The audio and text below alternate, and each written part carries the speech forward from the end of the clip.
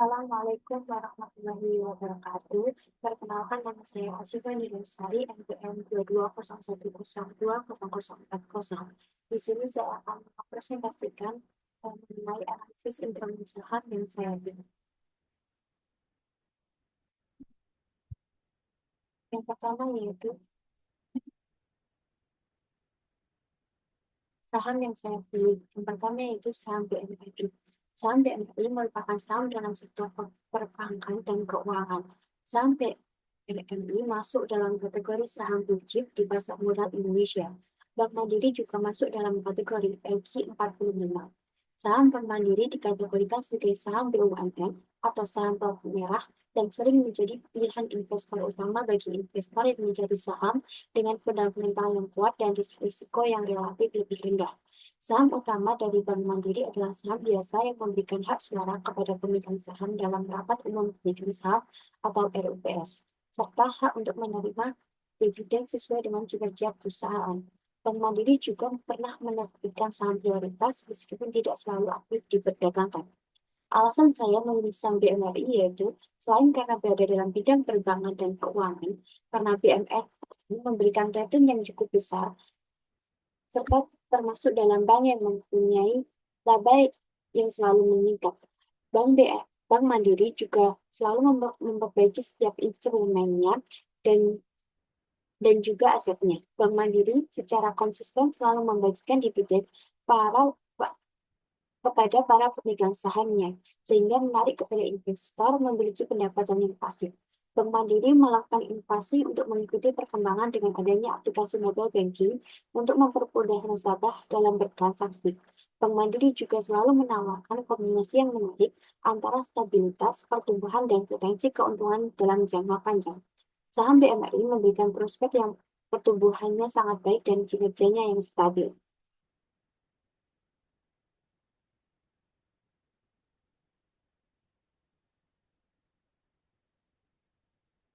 Yang selanjutnya yaitu saham Adro. Saham Adro merupakan saham yang berada dalam sektor energi terbarukan, yang lebih spesifiknya perusahaan pertambangan batu bara.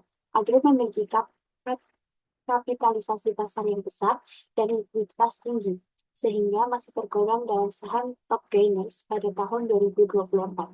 Saham Adro menyesuaikan dari fluktuasi harga komoditas batu bara di pasar internasional. Selain itu, saham Adro masuk dalam indeks saham LQ45. Hal ini menandakan bahwa saham Adro posisinya sebagai salah satu saham blue chip dengan volume perdagangan yang besar. Pasar utama Adro adalah negara-negara Asia. Maka dari itu, saham Adro sangat sensitif terhadap kondisi ekonomi global, khususnya permintaan energi dari negara-negara pengimpor batu bara.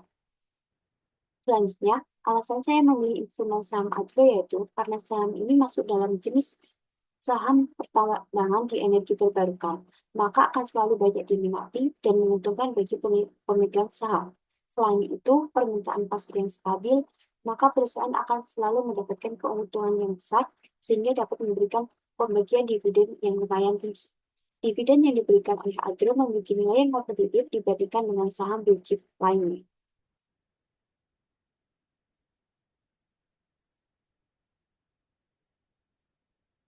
Dengan adanya dividen ini, maka para pemegang saham akan memiliki pendapatan yang teratur. Maka hal ini cocok bagi pemegang saham yang ingin menambah penghasilan. Pengelolaan perusahaan selalu memikirkan pertumbuhan dalam jangka panjang, maka para pemegang saham tidak rugi untuk membeli saham di perusahaan agro ini. Dengan adanya hal tersebut, para investor masih percaya bahwa agro akan selalu eksis di dunia pertambangan dan juga di persahaman, dan akan selalu memberikan return yang tinggi kepada pemegang saham. Dan selanjutnya yaitu saham AMRT. Saham AMRT merupakan perusahaan retail yang mengoperasikan jaringan minimarket atau Alfamart yang terbesar dan luas di Indonesia. Saham AMRT termasuk dalam kategori saham sektor konsumen atau retail dan saham growth. Saham AMRT merupakan saham yang sering dicari di bidang retail karena memiliki fundamental bisnis yang sangat kuat. Saham AMRT juga sering dikategorikan sebagai saham dividen. AMRT merupakan perusahaan yang memiliki distribusi yang sangat luas melalui franchise. Saham AMRT termasuk dalam saham defensif stok yang mengalami kestabilan. Saham AMRT ini juga masuk dalam kategori LQ45 sejak tahun 2022 hingga saat ini. Dengan adanya distribusi yang sangat luas, AMRT menunjukkan pertumbuhan yang sangat positif. Hal ini dapat dilihat dari 5 tahun yang lalu bahwa AMRT berawal dari angka ratusan, sekarang hingga pada angka ribuan. Kinerja saham AMRT ini menyesuaikan permintaan yang terjadi. Pembagian dividen pada saham AMRT ini tergolong tidak konsisten dan tidak dapat diprediksi karena dana yang dimiliki oleh saham AMRT ini akan digunakan untuk memperbaiki kestabilan dalam perusahaan AMRT tersebut. Nah, sedangkan untuk pembagian dividen itu menunggu jika keuntungan itu lebih atau ada sisa dari AMRT yang digunakan sebagai perbaikan sistem yang ada di AMRT. Selanjutnya, alasan saya memilih instrumen pada saham AMRT yaitu perusahaan ini mengalami pertumbuhan yang sangat signifikan. Perusahaan ini juga menerima permintaan yang relatif stabil karena menawarkan barang-barang pokok rumah tangga. Pertumbuhan yang selalu meningkat memberikan prospek jangka panjang yang dapat menjanjikan. Selanjutnya, profil resiko. Yang pertama yaitu dari saham BMRI atau Bank Mandiri. Saham Bank Mandiri memiliki profil risiko yang relatif moderat, didukung oleh kinerja keuangan yang stabil dan rating kredit yang baik. Saham BMRI menunjukkan ketahanan dalam menghadapi tantangan ekonomi. Risiko ekonomi yang terjadi di Bank Mandiri yaitu ketidakpastian ekonomi dan inflasi yang tinggi dapat mempengaruhi daya beli masyarakat, yang pada gilirannya berdampak pada penyaluran kredit ke pendapatan bank. Persaingan pasar sangat meningkat agar menarik dana pihak ketiga dan menekankan margin keuntungan, terutama jika suku bunga tabungan meningkat. Kebijakan dari OJK atau Otoritas Jasa Keuangan terkait transaksi kredit dapat mempengaruhi likuiditas dan strategi pertumbuhan dari bank. Bank Mandiri memiliki keunggulan dalam hal inovasi dan layanan serta dukungan dari pemerintah sebagai bank BUMN yang memberikan stabilitas tambahan. Yang selanjutnya yaitu profil saham dari Adro. Profil saham tergolong dalam kondisi menengah hingga tinggi. Hal ini terjadi karena saham Adro mengikuti fluktuasi harga komoditas yang ada di pasar internasional. Volatilitas harga batu bara yang tinggi akan menyebabkan perubahan yang signifikan terhadap pendapatan dan profitabilitas perusahaan yang dapat mencerminkan pergerakan saham yang berubah. Risiko jangka panjang yang dapat terjadi yaitu permintaan batu bara yang menurun akibat dari negara-negara pengimpor memiliki energi terbarukan sendiri. Maka, hal tersebut akan mengakibatkan penurunan pendapatan serta rating saham yang diberikan, hingga dapat menurunkan harga saham pada perusahaan agro tersebut. Dan selanjutnya yaitu profil risiko dari saham AMRT atau Alfamart. Profil risiko saham AMRT mencerminkan dinamika perusahaan yang beroperasi di sektor retail dengan jaringan minimarket yang luas. Meskipun AMRT memiliki potensi pertumbuhan yang stabil, berkat permintaan konsumen yang konsisten, saham ini juga terpapar risiko yang berasal dari fluktuasi ekonomi, persaingan ketat di industri retail, dan perubahan perilaku konsumen. Saham AMRT menghadapi risiko yang signifikan, yaitu fluktuasi ekonomi yang mempengaruhi daya beli dan persaingan yang ketat. Yang selanjutnya ada imbal hasil. Dari ketiga saham tersebut akan memberikan imbal hasil yang seimbang. Dikarenakan pada saham BMRI akan memberikan fondasi yang stabil, sedangkan Adro memberikan siklus komoditas yang positif. Dan yang terakhir pada AMRT dapat menawarkan pertumbuhan dan jangka panjang karena permintaan barang rumah tangga yang tidak akan ada hentinya. Dengan ketiga instrumen tersebut akan memberikan return tahunan lebih dari 10%. Jika melihat dari korelasi antara saham BMRI dan AMRT pada angka 0,3 menunjukkan bahwa kedua saham tersebut memiliki hubungan yang positif. Pergerakan saham BMRI dan AMRT tergolong searah. Namun kekuatan hubungan yang tidak terlalu kuat Kedua saham ini bergerak berbeda secara independen dengan banyak situasi.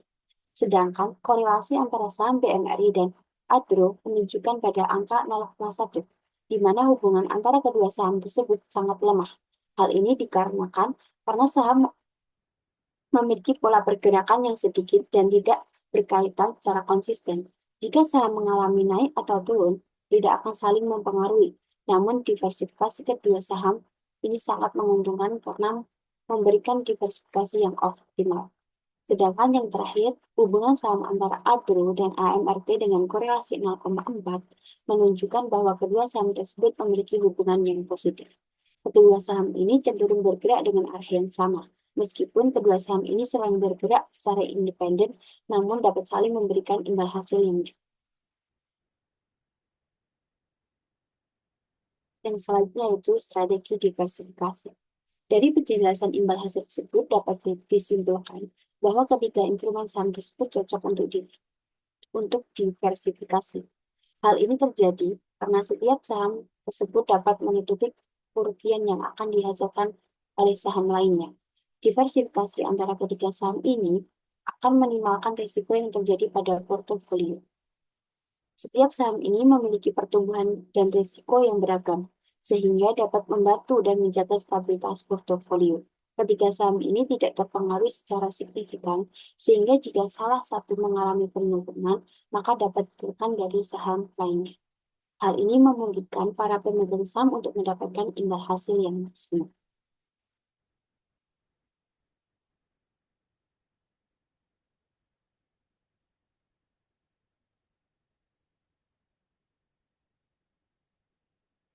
Yang terakhir yaitu teori Markowitz yang dibentuk dalam grafik efisien Fourier.